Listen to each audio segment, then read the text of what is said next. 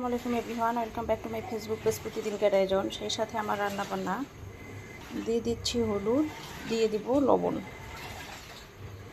সামান্য মরিচের গুঁড়ো। এবার সুন্দর করে মেখে নিব।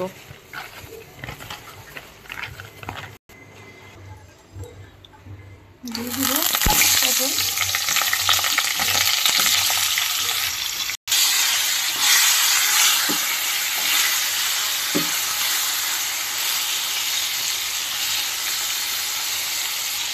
দিয়ে দিব কয়েকটা কাঁচামরিচ, একটু পেঁয়াজ।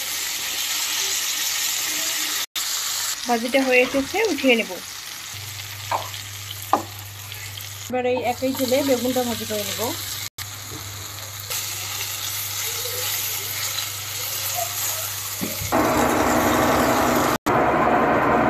বেগুন ভাজিও হয়ে এসেছে, উঠিয়ে নিলাম। এখন একই পাতিলে ঢেঁড়স ভাজি করব। দিয়ে দেবো পেঁয়াজ কুচি, মরিচ কুচি, সামান্য 1 চিমটি হলুদ, লবণ স্বাদ মতো হাফ চামচ, পাঁচফোড়ন, জিরা, ধনিয়া গুঁড়ো। দিয়ে দিব একটা রসুন কুচি, 2 চামচ পরিমাণে তেল অ্যাড করব। আমি রান্নার তেল ব্যবহার করতেছি, আপনারা চাইলে সরিষার তেল দিয়েও রান্না করতে পারেন। আমার বাচ্চারা তবে এই তরকারিগুলো খুব পছন্দ করে।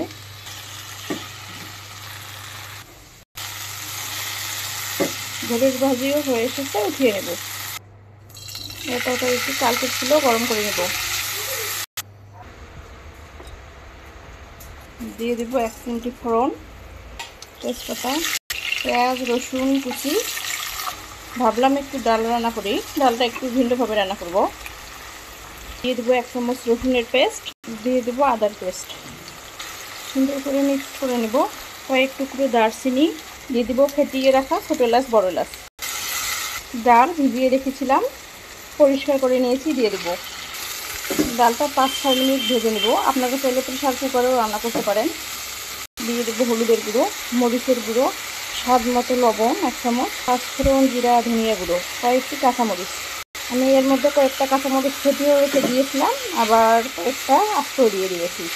ডালটা 5-6 মিনিটের মতো ভেজে পানি অ্যাড করব। 5-6 মিনিট ভেজে নিয়েছি, এর পর্যায়ে পানি অ্যাড করব। এই ডালটি আমি রাত্রে ভিজিয়ে রেখেছিলাম, সকালে ক্লিন করে নিয়েছি। আপনারা যদি ভিজিয়ে না রাখেন সেক্ষেত্রে প্রেসার কুকারে রান্না করাই বেস্ট। ঢেকে দিলাম। এই ডালটি আমি মিডিয়াম হিটে রান্না করব, যাতে তাড়াতাড়ি সিদ্ধ হয়ে আসে।